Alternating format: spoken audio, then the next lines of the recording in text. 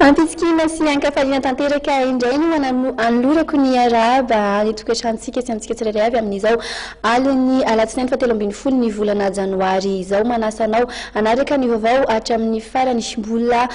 ny toan'irara ny Mahajanga hatrany no entina amintsika ary anokafana ny fampahalalam-baovao ihany koa mbola tsy milamina moa ny tao Mahajanga raha ny tamin'ity androany ity nojerena mbola nisy indray ny fifandonana karaikitra ny torabato tany antoerana hoarantsika vetrany andindin'izay mivadika ho fanehoan-kevitra ara-politika mafapana ny fara tamin'ny torabato ny fiandrasana amin'ny fahatalay mpianatry ny oniversiten'ny Mahajanga maty voatifitra ny fitandro filaminana androany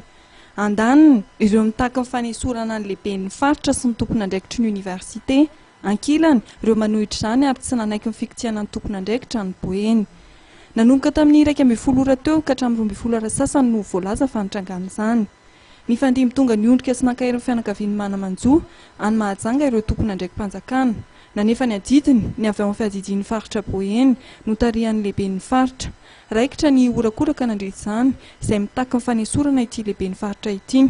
nampangain'ireo olona izay niakapeo ho tompon'andraikitra nanome baiko mpitandro filaminana ny tifitra ny lehiben'ny faritra niditra antsehatra nandamana ny mpitandro filaminana izay voalaza fa nampanatson'ireo manam-pahefana tsy nafaly ny olona sasany nanatrika izany ka taorian'ny aingan'ny razana dia mbola nisy ireo andian'olona izay nijanona teo manoloana ny lapan'ny tanàna ka naparitaka ny mpitandro filaminana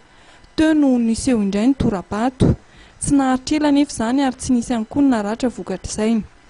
taorian'io fotoana io ihany koa ny voalaza fa nipotran'ny andian'olona avy amin'ny fikambanana mitonona ho zanako boeny naneho ny tsy fankasitrahana ny fikitikitiana ny tompon'andraikitra ny boeny izy ireo ary nitaka ny tsy tokony anilikiliana ny mpitandro filaminana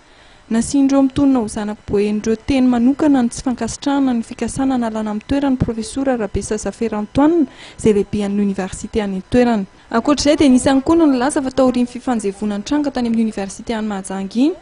dia mbola misy ireo mpianatra tsy hita ny taorian'ny fifanjevoana iny sady tsy hita teny amin'ny hopitaly ny tsy hita any amin'ny toeram-ponenana raha araka ny fanazavana